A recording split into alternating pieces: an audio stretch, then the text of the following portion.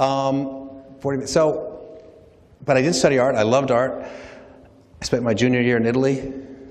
I got out of school. I was enrolled at RISD and Yale for my master's in fine arts, and I decided to take a right turn to business. A few months later, I was given a job at a couple of banks. I knew nothing. I told them very clearly that I knew nothing. And I think they liked that. The fact that I was honest that I knew nothing, because they knew that I knew nothing. But that I knew that I knew nothing was really significant. And 6 months into it, I was asked by the head of the international visit at JP Morgan, where I was employed, to go be number 2 in a 2-person office in Madrid, Spain. 6 months later, Franco died. I was number 1 in a 1-person office in a very insignificant country that all of a sudden became very significant. And I was very fortunate to be in a place, and I felt, if some of you will remember conceptual art, that I was in a conceptual art project in the audience, and all of a sudden I was asked to walk on stage and be part of it. I said, wow, that's really cool. Let's see where this goes. 6 months became 6 years. I lived through the entire transition. I was rewarded for having done a good job and learned Spanish to be asked to go to Mexico. So I went to Mexico for a couple of months, which became another 5 years. So I spent about 11 years between Spain and Mexico. Spain and Mexico have nothing to do with each other. It's like Cambridge, England, and Oxford, Mississippi. You know, Cambridge, Oxford.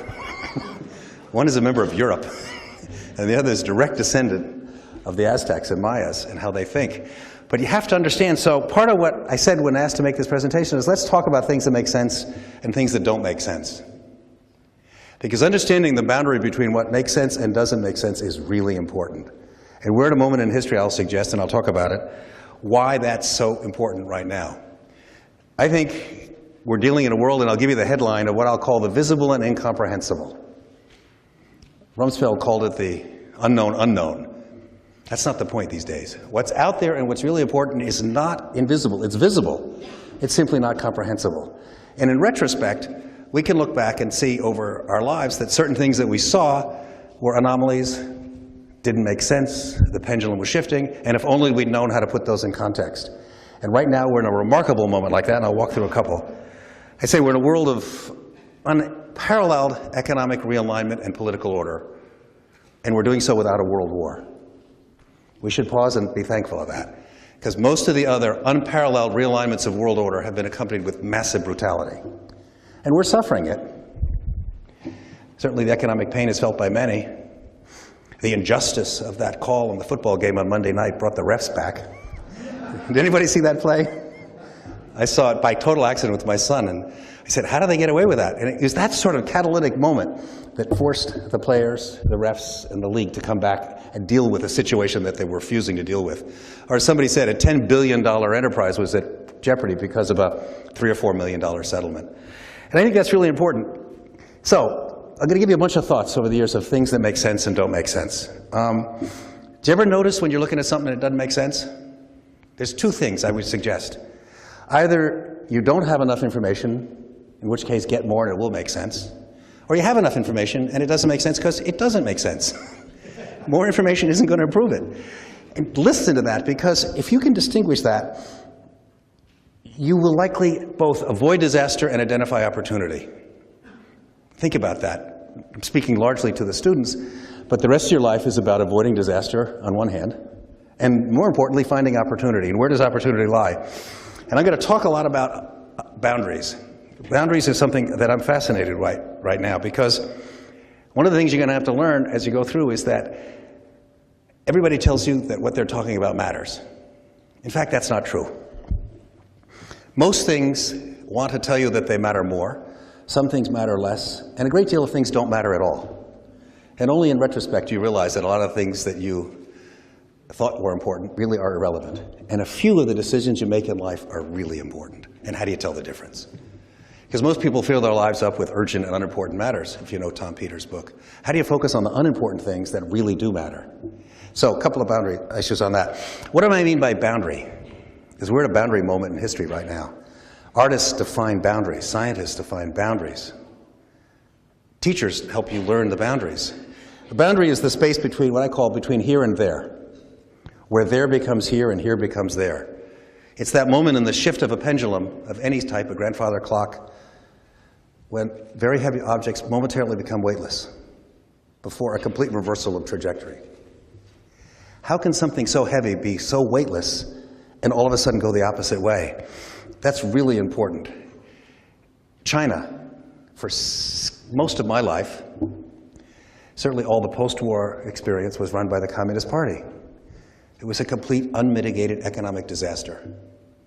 And somewhere about 15 years ago, the party in power realized that what they were doing was a complete disaster, that it was not leading anywhere. They didn't engage in a mild course correction. They did a complete reversal of course. Think of that. And they're still in power. The Communist Party has, among other anomalies, been the greatest single job-creating engine in the history of the planet Earth. And my facts may be slightly off, but I doubt it. Because they've created something like 400 or 500 million jobs. That's a big number. Now, they've got lots of other things that I got to deal with. But in terms of creating jobs, so if you think the Chinese Communist Party can create 400 million jobs, why can't the Republicans and Democrats? We're supposed to be the capitalists. What's wrong with this picture? So think about that moment of the pendulum. Think about when things shift. All of us in this room have had our adult experience in the post-World War, when America reigned supreme. Largely, well, you know the story. We won the first, we won the second. And at the end of the Second World War, the other large masses, land masses, continued to be managed by really bad governments, putting it simply. The Russians, the Chinese, India with its bureaucracy, Latin America with its bureaucracy, Africa, all kinds of problems. And USA was the beneficiary of victory. The boundaries of most of the other nation states had been redefined, in some cases quite radically, and our boundaries were untouched. The USA, in our lives, became accustomed to what I call determining events and exporting consequences. What do I mean by that? We thought that the decisions that we took mattered more than the decisions that other people. We decide, you react. Or putting another way, think of a train where you have drivers, passengers, and those who can't figure out whether they're a driver or a passenger are roadkill. You got to figure out which of those two, because there's not a third choice. And we thought we were accustomed and managed to determine the course of world events, and it was largely true.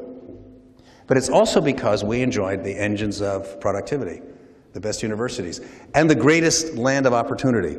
So remember your history, 1946, who came here? Well, Einstein on down. The abstract expressionist painters, the musicians, the physicists, you name it, because there was no sense of opportunity where they were.